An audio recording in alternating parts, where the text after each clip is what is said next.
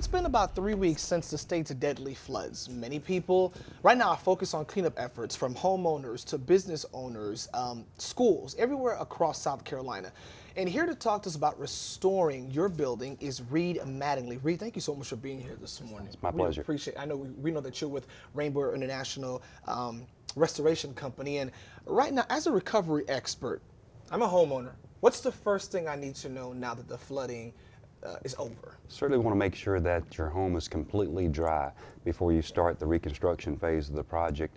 You know, the home should be sanitized as well. You know, a lot of bacteria, pesticides, things like that get washed into the home. You certainly need to make sure, again, it's clean and dry before you begin the reconstruction efforts.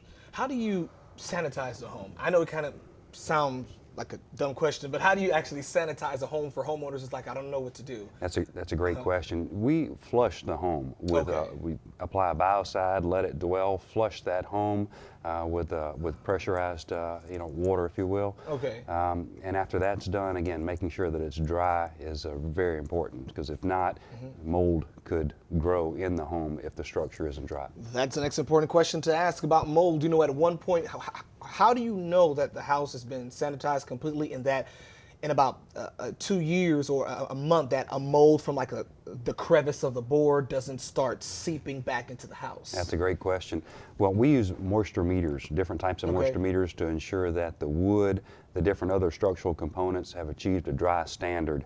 You know, mold can only grow if there's a certain amount of moisture available to feed that mold, and there also has to be a food source, whether it be paper, wood, other types of things.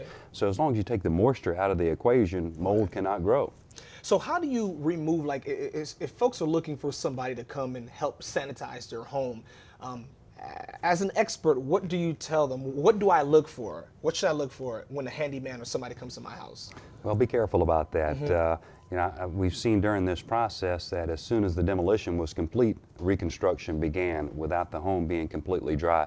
That's a great concern to us. So make sure that you get someone who is experienced in water mitigation, mold remediation, someone that's certified and has a good reputation. Do some research on the internet, not only in the water mitigation, the dry out portion. If you need mold remediation services, check those companies out as well as the general contracting or home building, the reconstruction phase. Very important that you do your research to find the right company. You know, and really quick, last question, Reed. When should you, I guess, give up? I know no one wants to let go of their home, but when do you know that, okay, at this point, this house or building is not safe for me to live in? Well, again, you can get a licensed professional out there to take a look at your home.